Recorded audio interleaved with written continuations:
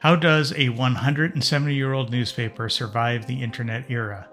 The truth is, the New York Times didn't just survive, they completely rebuilt their engine to become a $2 billion digital powerhouse.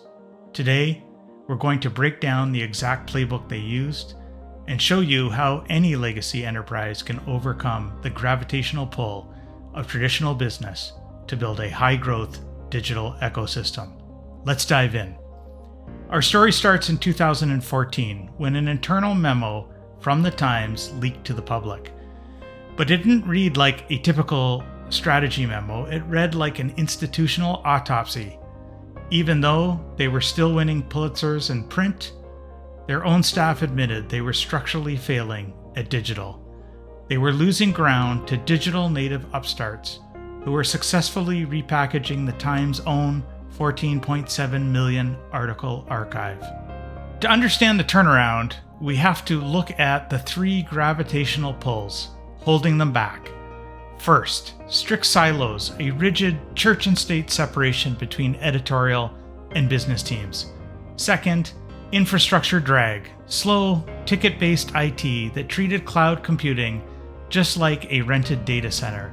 And third, blunt acquisition, crude, binary paywalls that simply blocked users instead of building relationships with them.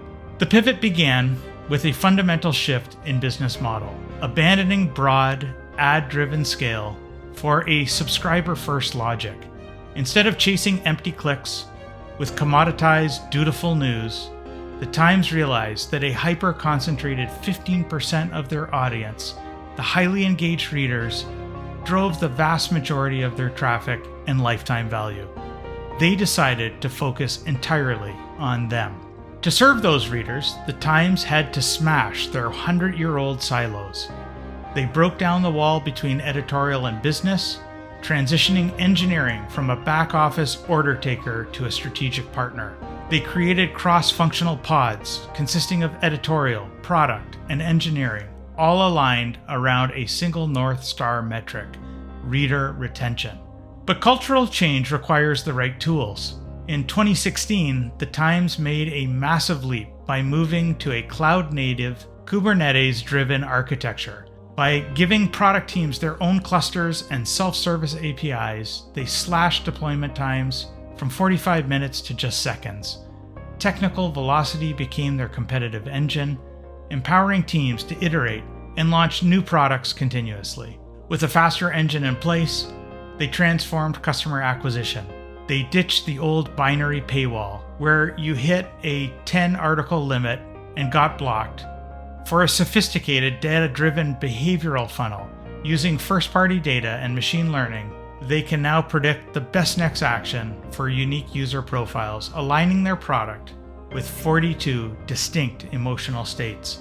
This targeted approach allowed them to build a powerful all-access ecosystem. Through internal incubation of hits like New York Times Cooking and Games, including the viral sensation Wordle, and aggressive M&A like the $550 million acquisition of The Athletic, they created a multi-product lifestyle bundle. This bundle creates an unparalleled moat, pushing their average revenue per user up to $9.79. The results speak for themselves. The Times blew past their legacy-era revenues, achieving $2.5 billion in annual revenue in 2024, and reaching 11.43 million total subscribers. And incredibly, over 50% of that subscriber base is now driven by this multi-product bundle strategy. The New York Times proved that legacy transformation isn't a myth, it's a formula.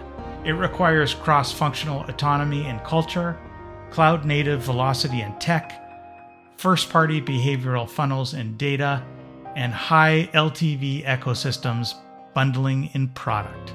If you are leading a legacy business through a digital pivot, it's time to stop tweaking the edges and rebuild the engine. Head over to the Candor and Kubernetes post on yanisjack.org right now to read the full breakdown and download the complete exclusive case study, the New York Times Strategic Blueprint. The link is in the description below. See you there.